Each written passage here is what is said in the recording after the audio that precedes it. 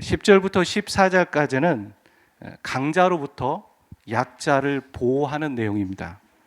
당시에도 그렇지만 남존 여비가 있었습니다. 남자는 우월하고 여자는 천하다, 그리고 약한 자라고 생각했습니다. 그런데 거기다가 포로된 여인이라고 하면 약자 중에도 가장 약자입니다. 그런 약자들의 인권을 보호하는 내용이 10절부터 14절에 되어 있는 법인 것이죠. 그리고 15절부터 17절은 장자의 권리에 대한 얘기를 하고 있습니다. 그러니까 아들을 부당한 아버지로부터 보호하는 법입니다. 그리고 18절부터 21절은 반대로 부모를 허랑방탕한 아들로부터, 그러니까 페류나로부터 보호하는 법입니다. 그리고 22절부터 23절은 나무에 달려 죽은 사람을 처리하는 문제, 거룩에 대한 문제를 다루고 있습니다. 이 나무에 달려 죽은 사람을 밤새 매달지 말라라는 말은 유가족이나 혹은 고인에 대한 모욕을 주어서는 안 된다라는 것이죠. 그것은 하나님의 백성들이 하지 않아야 될 행동이라는 것입니다. 오늘 우리는 신명기를 계속해서 보고 있습니다. 이 신명기는 한마디로 율법서죠. 율법서라는 건 법전입니다. 법전. 법에 대한 내용이 쭉 나와 있죠. 하나님은 왜 이 법을 만들었고, 그리고 이 법을 사람들에게 알리길 원하셨을까요? 그런 생각 한번 해보셨습니까? 사람들도 그렇죠. 이 사회에서 법을 만들고 그 법을 공포합니다. 우리가 이렇게 법을 만들었고요, 이것을 언제 몇 월 몇 시부터 시행하겠습니다, 이런 얘기들을 하게 되죠. 왜 법을 만들고 또 그 법을 많은 사람들에게 알릴까요? 우리 교회도 그렇지 않습니까? 신발을 벗고 오세요. 문 앞에 보면 법이, 나름의 규율이 있습니다. 그게 법이죠. 그리고 신발을 벗고 들어오게 되어 있는 것이죠.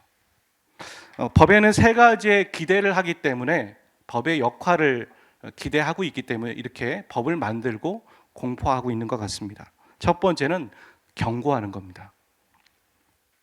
이런 경고의 효과를 비교적 잘 사용하는 나라 중에 하나를 저는 싱가포르라고 생각합니다. 여러분 아실 겁니다. 가보지는 않으셨어도 싱가포르에는 법의 그 규율이 높세고, 그 다음에 태형이 있다는 걸 알고 계실 거예요. 금연구역에서 흡연을 하게 되면 여기 나와 있는 것처럼 $1,000입니다. 대충 따져봐도 한 100만 원, 110만 원 정도 되는 것이죠. 화장실에서 용변을 보고 물을 내리지 않아도 벌금형입니다. 이렇게 법이 강하면 사람들은 어떻게 하냐면 범죄를 저지르지 않아야겠다, 이런 생각을 합니다. 어찌 보면 한국에서 이렇게 설렁설렁했던 사람도 싱가포르 가서는 내가 좀 긴장해야겠다, 이런 생각들을 하게 되는 것이죠. 본문 말씀에도 페류나를 부모가 사람들에게 고발하면 어떻게 되게 돼 있었냐면 돌로 쳐서 죽일 수 있었습니다. 그것이 합법이었습니다. 어찌 보면 이 법을 생각해 보면 아무리 자녀가 잘못했어도 부모가 사람들에게 고발해서 자녀를 죽일 수 있다라는 법인데, 이것은 가혹적이고 또 야만적인 법으로 보입니다. 하지만 이런 법을 제정하는 것은 그렇게 시행하기 위함이 아니라 어찌 보면 경고하기 위함이 있죠.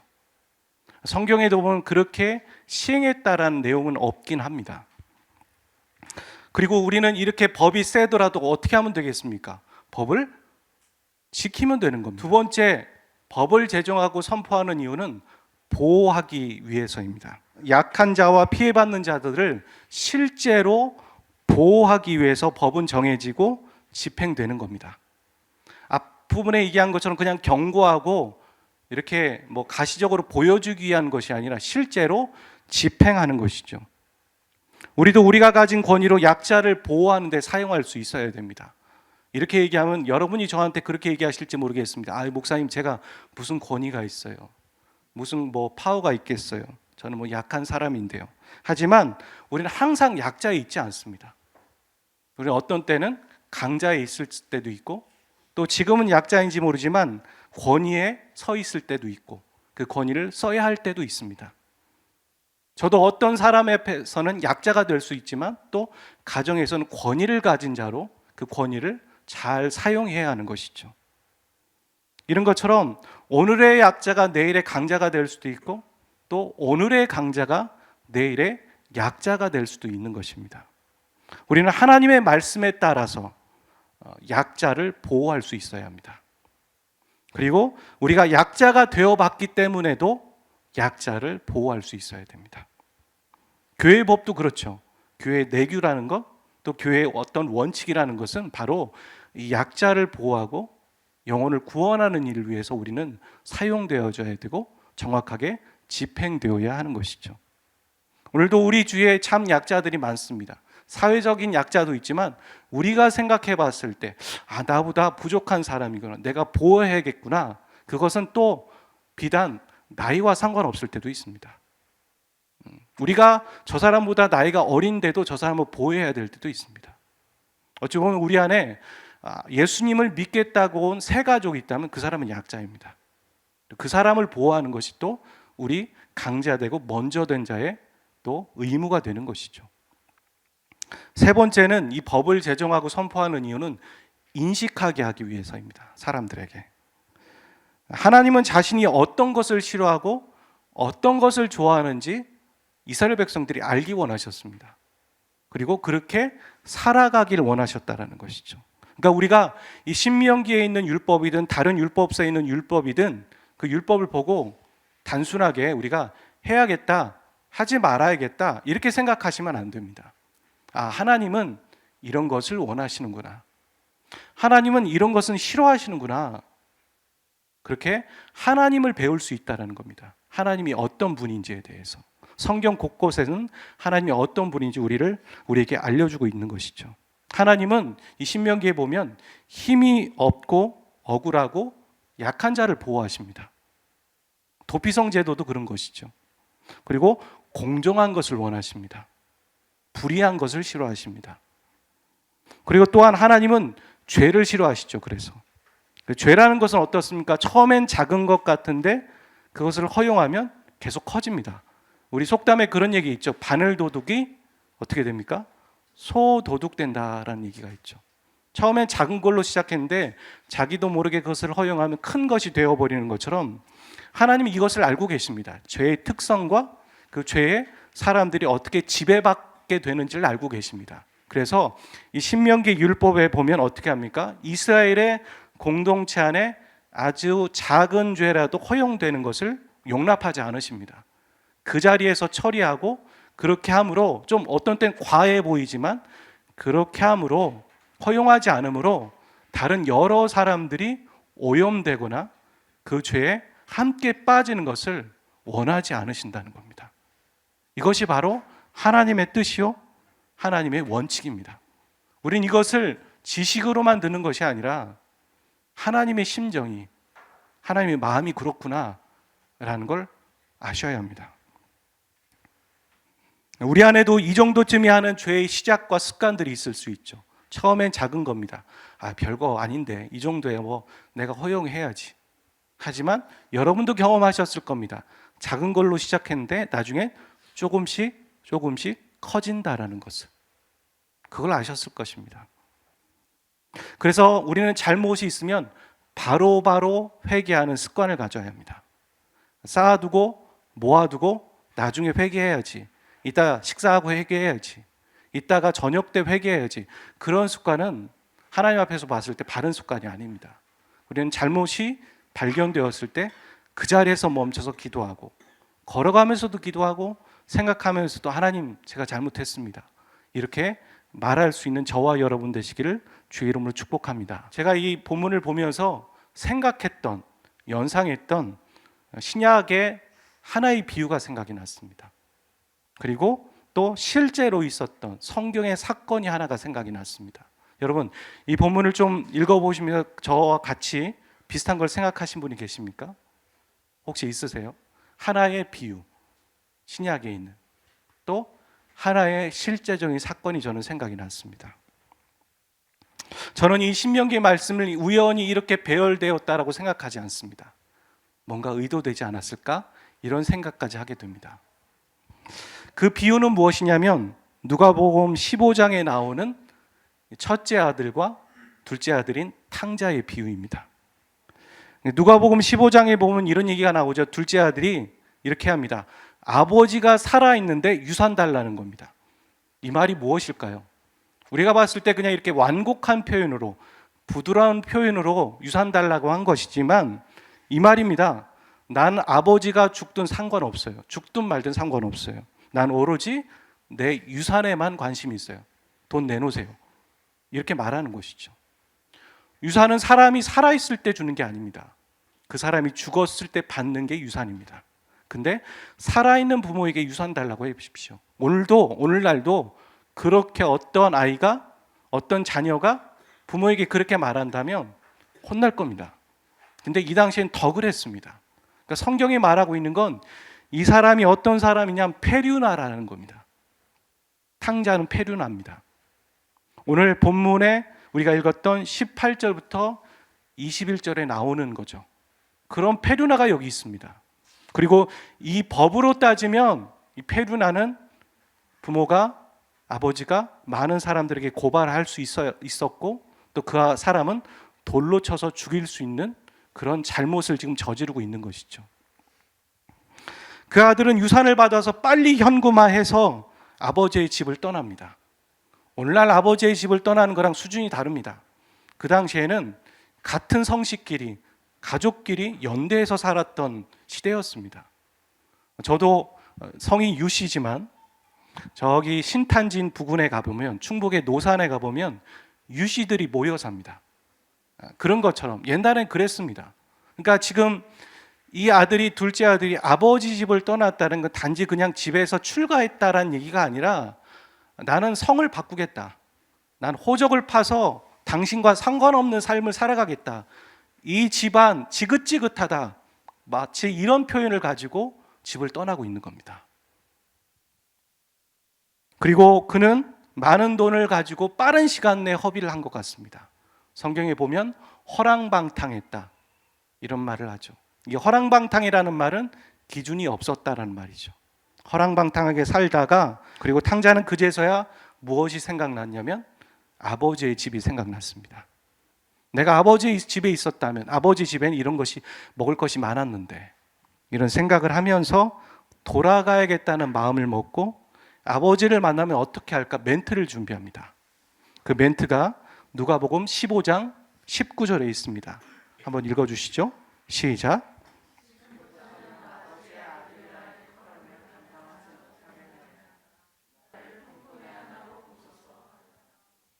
우리는 이 장면을 보고선 이렇게 생각합니다. 탕자가 회개했구나. 탕자가 돌이켰구나. 그렇지만 이 탕자가 준비한 멘트를 보게 되면 그렇지 않다는 걸 알게 됩니다. 한국말에는 보여지지 않지만 원어로 봤을 때 분명히 보여지는 부분이 있습니다. 1세기에 1세기 유대인이 토지에서 일하는 세 가지 계층이 있었습니다. 그러니까 노비 같은 느낌이죠. 그런데 첫 번째 이 둘로스라는 것은 종을 얘기합니다. 오늘날도 보면 선교사 배 중에 둘로스라는 배가 있죠. 그 종의 배, 그런 의미를 갖고 있는 거죠. 재산의 일부였고 가족의 일부였던, 마치 오늘날 따지면 슬레이브 같은 거죠. 노예입니다, 노예. 자기 주인의 소유의 한 부분이 되는 것이죠. 두 번째는 노예입니다. 파이데스라고 얘기하는데 종의 휘하에 있는 사람을 말하는 것이죠. 그리고 품꾼이 있습니다. 이 품꾼은 미스티오이라고 얘기하는데 종이 아니라, 옛날로 따지면 우리가 얘기할 때 식모라는 거 아십니까? 그러니까 돈을 받으면서 그 집에서 일을 하는 사람입니다. 개인의 생활이 있어요. 그 집의 노예가 아니라 자기 집이 있으면서 출퇴근하면서 돈을 버는 사람이에요. 그런 사람을 품꾼이라고 말했습니다.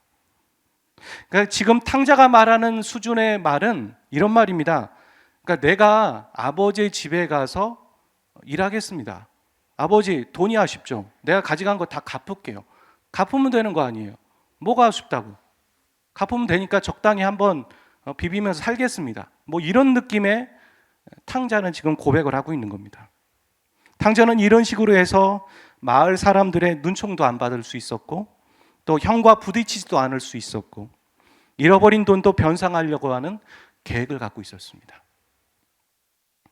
지금 탕자는 자신의 잘못을 뉘우친 게 아니라 여전히 남아있는 자존심을 내세우면서 자신을 품꾼의 하나로 삼아달라는 얘기입니다. 우리가 그렇습니다. 우리가 주님께 돌아가는 것 같지만 여전히 우리는 끝까지 자존심을 내세우면서 돌이키지 않으려고 하고 그 마지막 남은 자존심을 주님 앞에서 내세울 때가 있습니다. 여러분, 이 본문에서 볼 수 있는 것은 우리가 돌이켰기 때문에 주님이 받아주신 게 아니에요. 주님이 받아주셨기 때문에 우리의 돌이킴이 그것도 의미가 있었던 것이죠. 그런데 그런 탕자가 오고 있는데 아버지가 있는 고향으로 탕자가 돌아가고 있는 거 아니겠습니까? 그런데 어디선가 탕자의 눈에 보니까 달려오는 사람이 있었습니다. 멀리선 누군지 몰랐는데 가까이서 보니까 많이 보던 사람이에요. 품이나 체면도 상관없이 아버지는 탕자를 향해 달려가고 있습니다. 거리가 먼데도 아버지가 탕자를 금방 알아차렸다라는 것은 아버지는 매일매일 탕자를 기다리고 있었다는 것이죠. 탕자는 아버지를 모르고선 아버지를 잊은 채 돈을 허비하고 있었는지 모르겠지만 그때에도 아버지는 이 페류나와 같은 아들을 기다리고 있었던 거예요. 언제 오지? 우리 아들 언제 오지? 내 가슴에 못을 박았지만 내 아들인데 이 아들 언제 오지? 그렇게 하고 있었던 것이죠. 그리고 그 아들이 왔을 때 대번 알아보고 달려가서 너 왜 그랬어? 라는 말 하지 않습니다. 탕자는 멘트를 준비하는데 아버지는 아무 말을 하지 않습니다. 그리고 행동을 합니다. 아버지는 아들의 목을 안고 입을 맞추었습니다. 그리고 종들에게 시켜서 좋은 옷을 내다가 옷을 입히게 하였고 손에 가락지를 끼웠고 발에 신을 신겼습니다. 신을 신겼다는 건 바로 노예에서 아들로 삼았다라는 것이죠. 그리고 살찐 송아지를 잡고 잔치를 벌입니다. 내 죽었던 아들이 돌아왔습니다. 탕자는 아버지가 자신을 위해 보여준 사랑에 어땠겠습니까? 자신은 멘트를 준비했어요. 나 이렇게 계약하면 되니까 나를 좀 품꾼의 하나로 삼아주세요. 멘트를 준비했는데 성경을 보시면 알겠지만 멘트를 다 하지 못합니다. 본인이 준비한 멘트의 일부분을 하다가 멈춰버리는 거죠. 왜냐하면 아버지의 이 사랑에 충격을 받은 거예요. 기대하지 않았거든요. 혼낼 줄 알았거든요. 받아주면 감지덕지지 이렇게 생각할 줄 몰랐는데 아버지의 사랑을 알고 그는 그의 자존심마저도 무너지게 되는 것이죠. 여러분, 회개라는 건 뭘까요? 회개라는 것은 어떤 사람이 은혜를 받기 위해서 얻기 위해서 하는 행동이 아닙니다. 진정한 회개는 자신의 무가치함을 알고 그냥 그 은혜를 받아들이는 겁니다. 자기는 뭔가를 해서 아버지로부터 위로를 주고 뭘 해줄 거라고 생각했는데 자신이 할 수 있는 건 아무것도 없었어요. 그리고 아버지는 모든 걸 해놓으셨어요. 그리고 그 모든 것에 자신은 그냥 그걸 받아들일 수밖에 없었어요.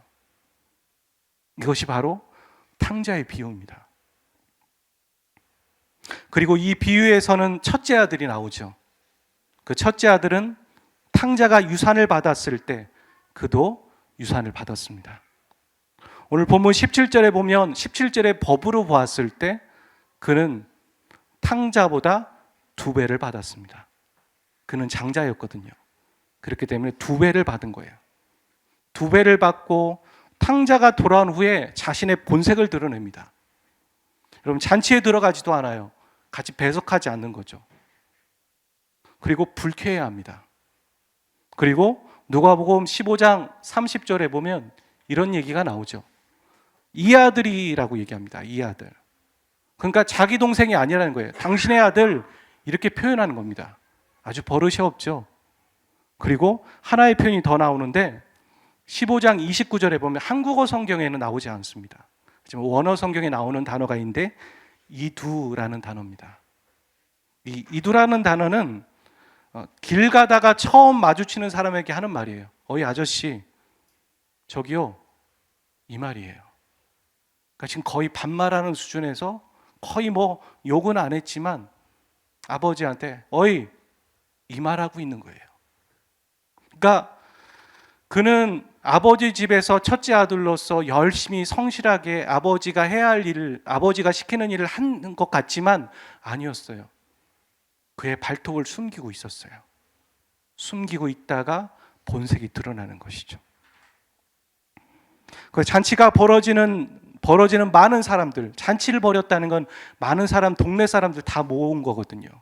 그런 가운데서 첫째 아들이 아버지 앞에서 이봐요 아저씨라고 말했다라는 건 그 많은 사람들 앞에서 아버지에게 창피와 모욕을 준 거예요. 이 성경 누가복음 15장에는 첫째 아들이든 둘째 아들이든 아주 버릇없고 페류나 같은 아들 둘이 소개되고 있습니다. 오늘 신명기 율법에서 그런 나쁜 아들을 고발하여서 죽여도 된다라고 말합니다. 하지만 이 본문의 이 비유에 보면 아버지는 그 두 아들을 용서합니다. 둘째 아들이 돌아왔을 때 뛰어가서 그를 안아주었고요. 첫째 아들이 버릇없게 잔치에 들어가지 않고 밖에 버티고 있을 때 아버지는 조용하게 그 첫째 아들을 찾아와서 들어오라고 권합니다. 그리고 이 비유는 결론이 나지 않고 끝납니다. 열어놓은 거죠. 열린 결말입니다. 과연 첫째 아들이 둘째 아들이 어떻게 되었는지도 모릅니다. 열린 결말이라는 건 바로 오늘 우리에게 선택하라는 것이죠. 오늘 우리의 인생이 그렇다라는 것이죠. 이 비유에 나오는 아버지는 하나님이십니다. 그리고 이 두 아들은 하나님의 진심을 오해하고 자기 멋대로 살아가는 인간입니다. 한 부류는 바리새인과 서기관이었고 한 부류는 세리와 죄인입니다. 우리가 성경을 얼핏 보면 세리와 죄인은 사랑하신 거고 바리새인과 서기관은 미워하신 것 같지만 이 비유를 듣기 원하고 이 비유를 해들리는 사람 대상은 바로 바리새인과 서기관이었어요. 예수님이 뭐가 아쉽다고 이 비유를 그들에게 알려줬을까요? 그 얘기는 그들도 돌이키고 돌아오라고, 깨달으라고. 하나님의 마음에서는 안 아픈 손가락이 없는 거예요. 하나님의 마음에서는 첫째 아들과 둘째 아들이 다 돌아오기를 원하는 그런 마음이 있었던 것이죠. 하지만 아버지는 그 두 아들을 용서합니다. 이 비유에 나오는 아버지가. 이런 죄인을 위해 아버지 하나님은 어떻게 하셨습니까? 인간이 되셔서 십자가에 못 박혀 죽으셨죠. 그것을 여러분은 믿으셨고 믿음으로 동의하셔서 이 자리에 있는 줄 믿습니다. 오늘 본문 22절과 23절 끝절에 보면 이런 얘기가 나오죠. 갑자기 나무에 달린 자는 저주를 받았다. 근데 이 얘기는 나무에 달렸기 때문에 저주를 받은 게 아닙니다. 저주를 받았기 때문에 나무에 달린 거예요. 죄도 없는 예수 그리스도께서는 우리의 죄를 위해 저주받으시고 십자가에 나무에 달리시고 고난받고 죽으신 겁니다. 여러분 이게 가당키라도 한 겁니까? 도로에서 말이죠. 인도로 달려드는 차가 있었어요. 근데 그것을 막으면서 위험해하면서 사람을 밀고 우리를 대신해서 죽은 사람이 있다고 생각해 보십시오. 여러분 예배 오고 있는데 신호등에서 우리를 위해서 대신 밀면서 죽은 사람이 있어요. 그 광경을 보고 별 이상한 사람 다 보겠네?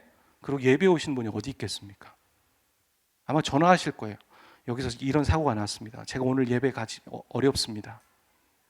그리고 그 사람을 위해 장례 절차에 참여할 것이고 또 유가족에게 심심한 조의를 표할 수밖에 없을 것이고 모든 절차가 끝나고 여러분은 새로운 생명을 얻은 사람으로서 생각해 볼 거예요. 왜 저 사람은 나를 위해 죽었을까? 내가 뭘 하고? 나는 어떻게 살아야 될까? 여러분, 결혼식장에서는 모르겠지만 장례식장 가시면 여러분 조문만 하는 게 아니죠. 여러분 생각에 무슨 생각이 들 거예요. 나는 앞으로 어떻게 살아야 될까? 나는 인생을 어떻게 살아야 될까? 그런 생각 하시잖아요. 그런데 여러분을 위해 누군가가 죽은 거예요. 그러면 고민하실 거예요. 두고두고 생각할 겁니다. 그리고 그 죽음을 그 희생을 기억할 수밖에 없을 거예요. 여러분, 인간의 죽음에도 이런 생각을 하는데, 이 온 우주를 지으신 창조주 하나님이 우리가 뭐가 아쉽다고, 우리가 뭐라고, 이 페류나와 같고 하나님 없이 살아도 된다라고, 제멋대로 살아도 된다라고 하는 우리에게 하나님은 인간이 되셔서 대신 십자가를 지시고 희생하셨다는 거죠. 그리고 우리의 죄를 위해 우리의 죄를 용서하셨다는 겁니다. 우리는 이것을 잊어서는 안 됩니다. 하나님은 당신이 정하신 법을 어기지 않으셨어요. 그걸 지키는 가운데에서 허랑방탕한 우리를 구원하는 방법을 택하셨죠. 그것이 바로 자신이 직접 대신 저주를 받는 거예요. 하늘에서 봤을 때 죄 없는 걸로 치자할 수 없는 거예요. 하나님 불의하신 분이 아니시거든요. 근데 저 사람들이 죽는 걸 원하지 않으세요. 저들을 구원하기 원하세요. 그래서 자신이 대신 십자가를 지시고 죽는 방법을 선택하셨습니다. 대신 저주를 받으시고 대신 나무에 달리신 겁니다. 로마서 말씀의 13장 10절에 이런 말이 있죠. 사랑은 이웃에게 악을 행하지 아니하나니 그러므로 사랑은 율법의 완성입니다. 여러분, 우리가 왜 법을 제정하고 사람들을 보호하고 사람들에게 경고하며 또 사람들에게 인식하게 합니까? 그 사람들을 사랑하기 때문이에요. 오늘 우리에게는, 우리 그리스도인들은 법이 있는 곳에서 사랑의 삶으로 그 율법을 완성해야 되는 사람들입니다. 정말 이 시대는 말만 난무하고요, 서로 비판하기에 급급하고 또 정죄하고 네가 못났니, 내가 잘났니 이런 말 합니다. 가르치기 일쑤예요. 어떤 사람을 보면 말은 정말 잘해요. 근데 그 안에 공허함이 있다는 걸 저는 느껴요. 근데 내세가 안 하죠. 그런 가운데 그리스도인은 사랑하는 삶으로 우리는 이 율법을 완성해 가야 합니다. 하나님의 법을 완성해 가는 사람이 되어야 한다는 것이죠. 사랑의 실천, 사랑의 용서. 여러분, 사랑은 감정만 있지 않아요. 사랑은 사랑하기로 결정하는 의지가 있어요.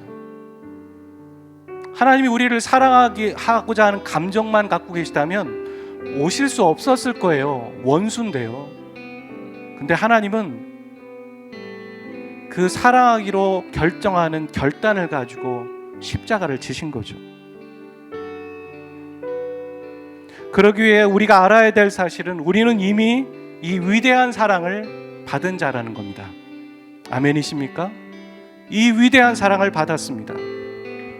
세상 살아가는 가운데 참 많은 문제, 그리고 가장 결정적으로 우리를 걸고 넘어지는 문제가 뭔지 아세요? 직장의 문제인 것 같으세요? 돈을 많이 벌고 적게 버는 그런 문제인 것 같으세요? 아니에요. 그런 문제 닥쳤을 때 우리 안에 오는 건 공허함이잖아요. 낮은 자존감의 문제예요. 사랑받지 못했다라는 문제예요. 그런 거더라고요. 사람이 내가 어렸을 때 사랑받지 못했어, 용납받지 못해서 인정받지 못했어. 결국엔 우리의 마음의 문제였던 거더라고요. 근데 우리는 사랑받았다라는 거예요. 그 사랑을 받고 있다라는 것이죠. 여러분, 결손 가정에서 태어나고 부모의 사랑을 받지 못했어도요, 우리는 소망이 있습니다. 왜 그런 줄 아세요? 하나님의 사랑을 받았거든요. 그 사랑을 받고 있고 그 사랑이 그것을 덮을 수 있으며 치유할 수 있거든요. 우리는 이 사랑을 받고 있습니다. 그리고 그 사랑을 기억해야 합니다. 여러분, 십자가를 묵상해 보십시오. 부활을 묵상하시고 예수 그리스도의 그 복음을 묵상하십시오. 하나님의 말씀 가운데 있는 용서를 묵상하시고 사랑을 묵상하십시오. 그 가운데 나는 뭘 했습니까? 우리는 죄를 지을 뿐이었습니다.